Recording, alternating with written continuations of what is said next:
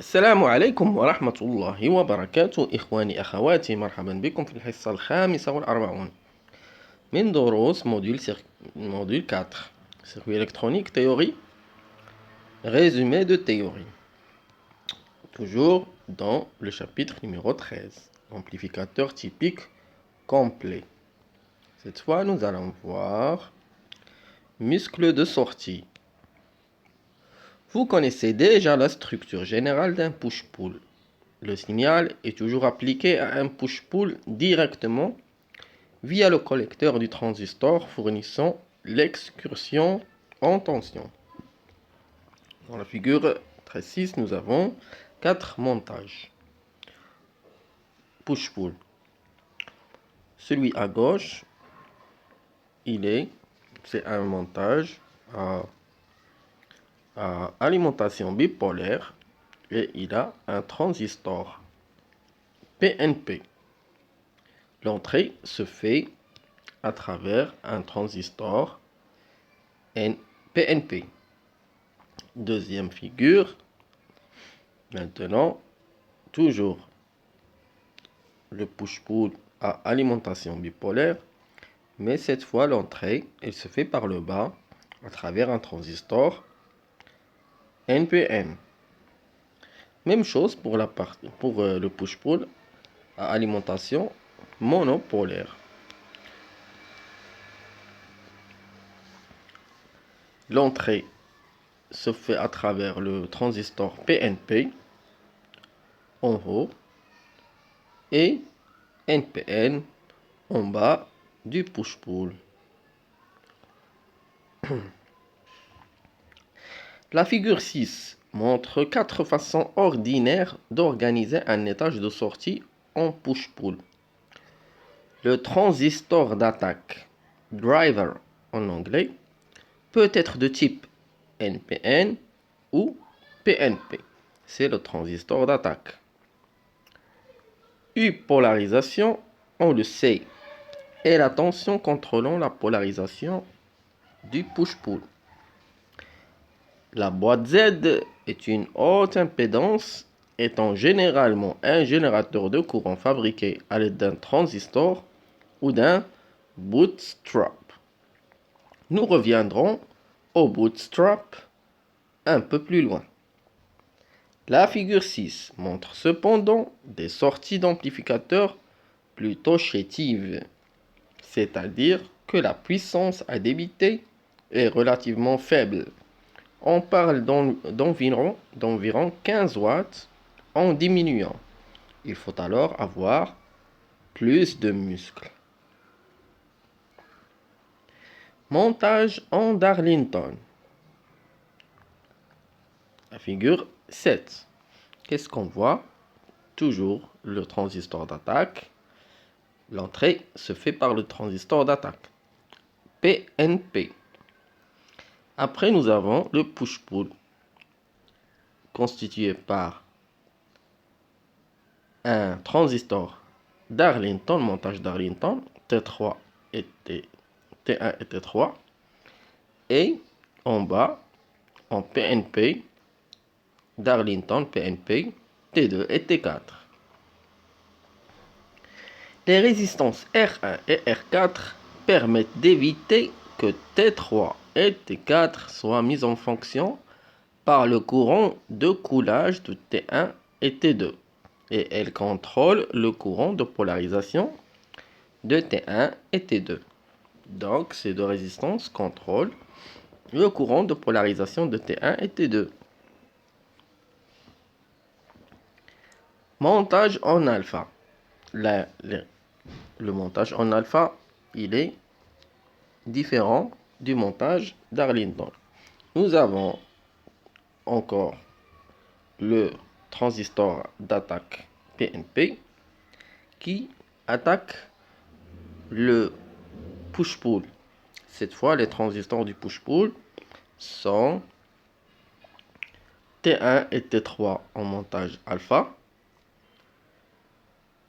Nous avons deux transistors NPN. La base de T3 est reliée au collecteur de T1 et le collecteur de T3 relié à l'émetteur de T2, de T1. Et en bas, nous avons la base de T4 est reliée au collecteur de T2 et le collecteur de T4 est relié à l'émetteur de T2. T2 et T4, ce sont des transistors PNP. Les résistances R1 et R4 permettent d'éviter que T3 et T4 soient mises en fonction par le courant de coulage de T1 et T2. Et elles contrôlent le courant de polarisation de T1 et T2.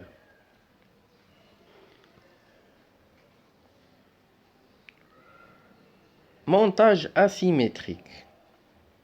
On voit la figure 9.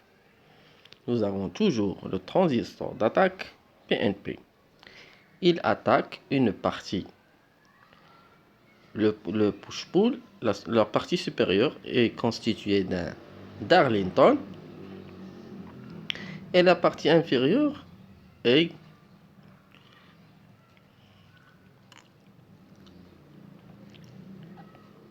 différente.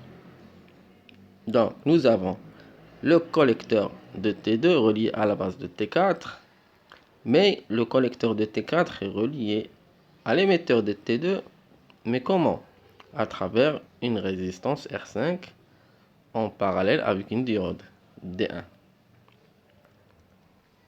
T3 et T4 étant tous deux des NPN identiques, ils représentent une économie pour un fabricant d'amplificateurs.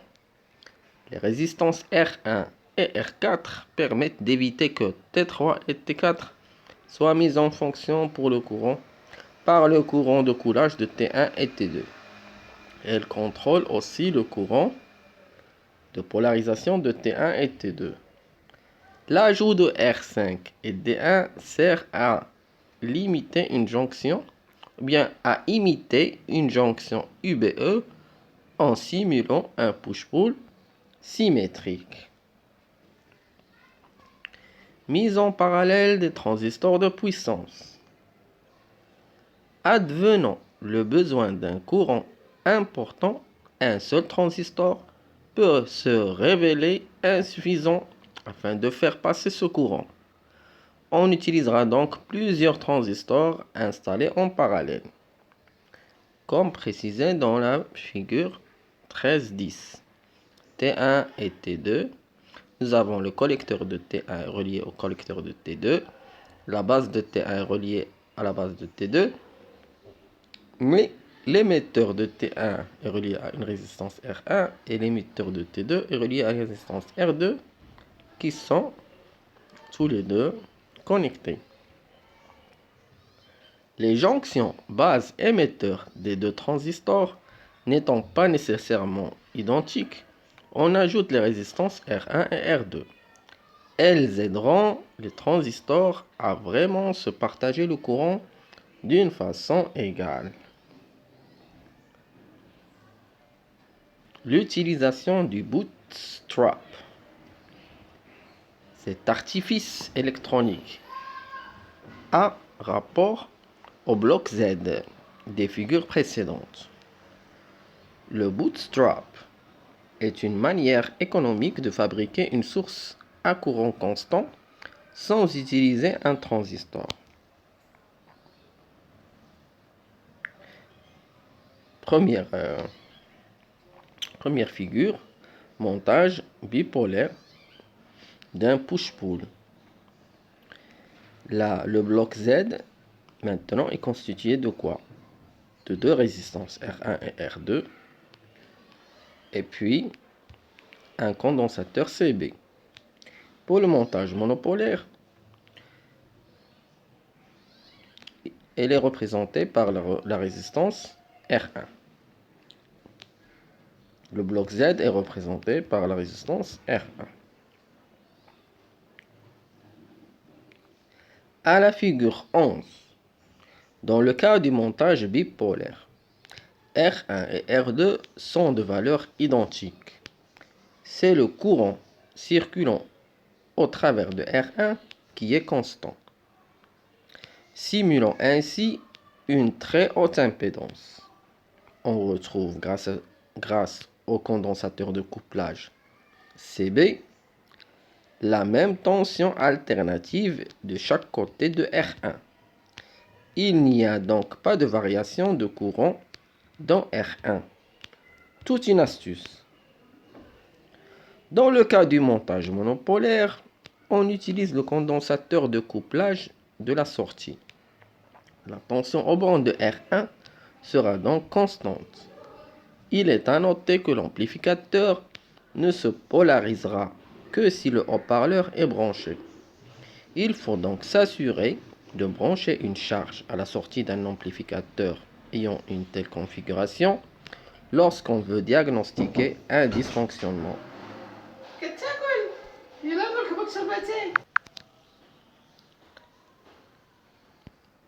شكرا لكم إخواني أخواتي على المتابعة. استودعكم الله الذي لا تضيع ودائعه. السلام عليكم ورحمة الله وبركاته.